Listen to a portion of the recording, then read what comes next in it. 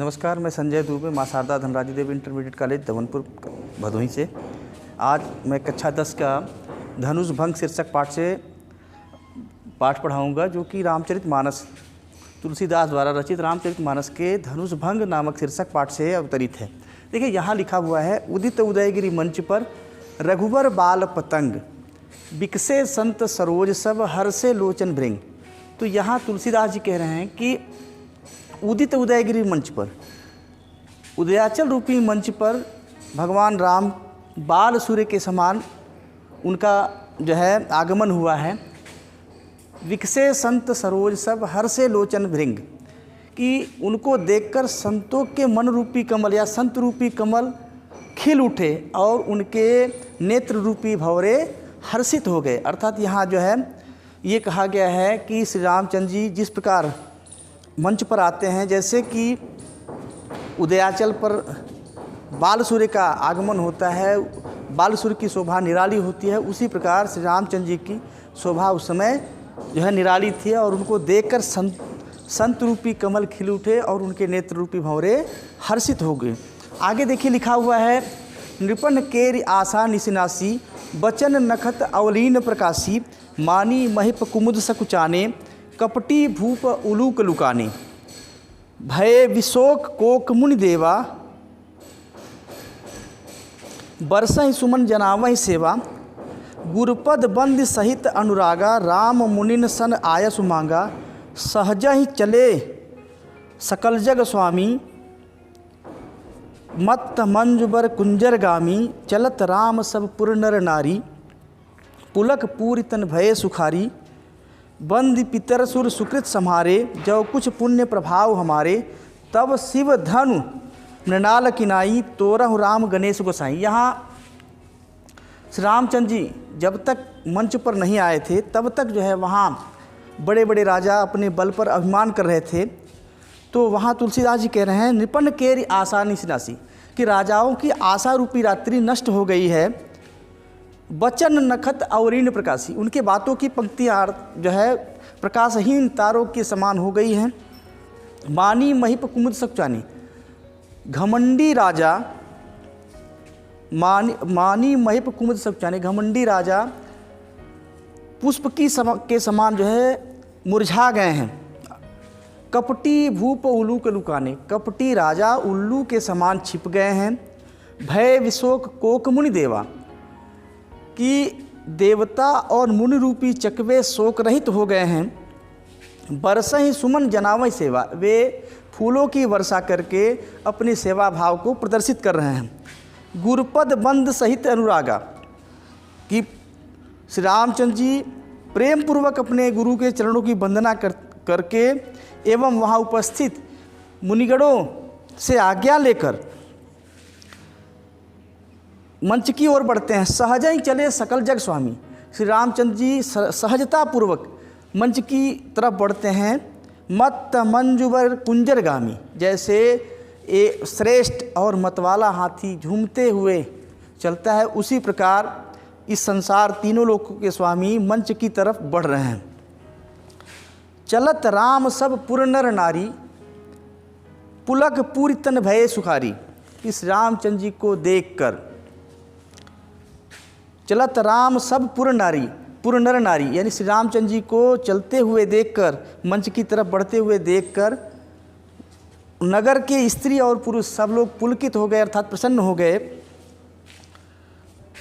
बंद पितर सुर सुकृत सम्हारे, और वे लोग अपने पितरों एवं पूर्वजों एवं जो है भगवान देवताओं से प्रार्थना करने लगे कि हे ईश्वर, हे हमारे पूर्वज, अगर जो कुछ पुण्य प्रभाव हमारे, कि जो इस संसार में मेरे पुण्यों का तनिक भी प्रभाव है, तो शिव धनु मृणाल किनाई, तोरहु राम गणेश गोसाई, कि हे गणेश गोसाई, हे हमारे पूर्वज, हे जो है देवता, अगर हमारे जो है पुण्यों का तनिक भी प्रभाव है, तो शिव जी के धनुष को श्री रामचंद्र जी कमल की नाल के समान तोड़ डालें।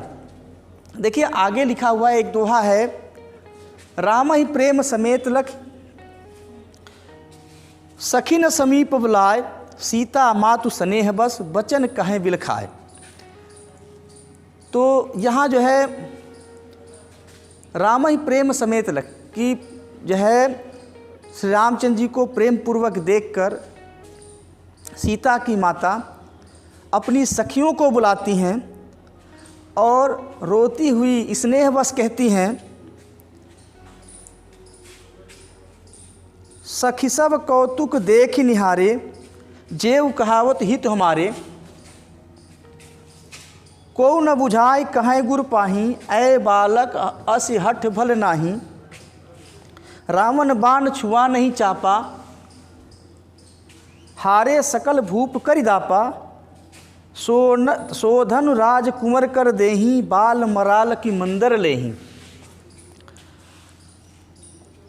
भूप सयानप सकल सिरानी सखी विधि गति कछु जात न जानी।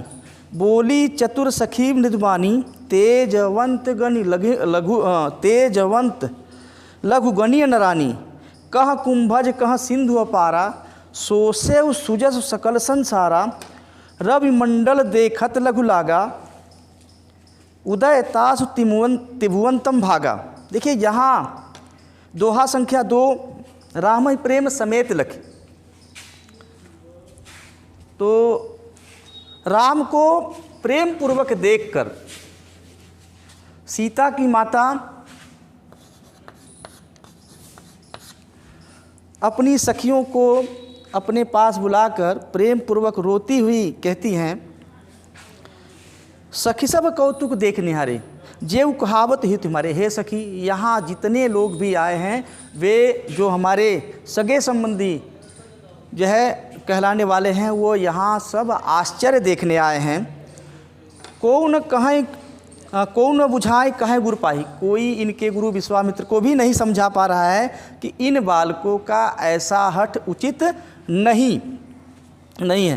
रावण बाण छुआ नहीं चापा हारे सकल भूप करिदापा। जिस धनुष को रावण और बाणासुर जैसे महाबली तक जो है उसका स्पर्श नहीं कर सके और सभी राजा अपने बल को आजमा के हार चुके हैं, सोधन राजकुंवर कर दें कि वह धनुष ये बालक तोड़ देंगे। बाल मराल की मंदर ले ही कि क्या कभी हंस के बच्चे मंदराचल पर्वत को उठा सकते हैं। भूप सयानप सकल सिरानी कि सभी राजाओं का सयानापन नष्ट हो गया है। सखी विधि गति कछु जात न जानी। यहाँ सीता की माता कह रही है कि सभी राजाओं का सयानापन नष्ट हो गया है। हे सखी, विधाता की गति को के विषय में कुछ कहा नहीं जा सकता। उसी समय सीता की माता की एक सखी बोलती है, चतुर सखी बोलती है, बोली चतुर सखी मृदुबानी। मीठी वाणी में सीता की माता की सखी कहती है, तेजवंत लघु गणीय न रानी कि हे रानी, इन तेज युक्त छोटे बालकों को देखकर इन्हें छोटा मत समझिए। कह कुंभज कह सिंधु अपारा कि कहाँ छोटे से घड़े के समान कुंभज ऋषि और कहाँ इस संसार में इतना विशाल समुद्र। सोसेव सुजस सकल संसारा कि उन्होंने कुंभज ऋषि ने पूरे संसार के समुद्र को सोख लिया अर्थात पी लिया था। रवि मंडल देखत लघु लागा उदय तासु तिमुवंत भागा कि सूर्योदय होते समय सूर्य छोटा ही रहता है, लेकिन सूर्य को देखकर जो है पृथ्वी लोक से ही नहीं बल्कि तीनों लोकों से अंधकार भाग जाता है। देखिए अगला दोहा है दोहा संख्या 3। मंत्र परम लघु जासु जस विधि हरि हर सुर सर्व महामत गजराज कहूँ बसकर अंकुश खर्ब। कि यहाँ सीता की माता की सखी सीता की माता से कह रही है कि हे सखी, मंत्र परम लघु जासु जस कि मंत्र देखने में छोटा ही होता है और उस मंत्र के द्वारा विधि अर्थात ब्रह्मा, हरि विष्णु और हर शिवजी तक बधे होते हैं तथा सभी देवता सूर्य सर्व सभी देवता एक छोटे से मंत्र में बंधे होते हैं। जिस प्रकार महामत्त गजराज कहूँ बसकर अंकुश खर्व, जिस प्रकार मतवाले हाथी को अंकुश के, एक छोटे से अंकुश के माध्यम से वश में किया जाता है।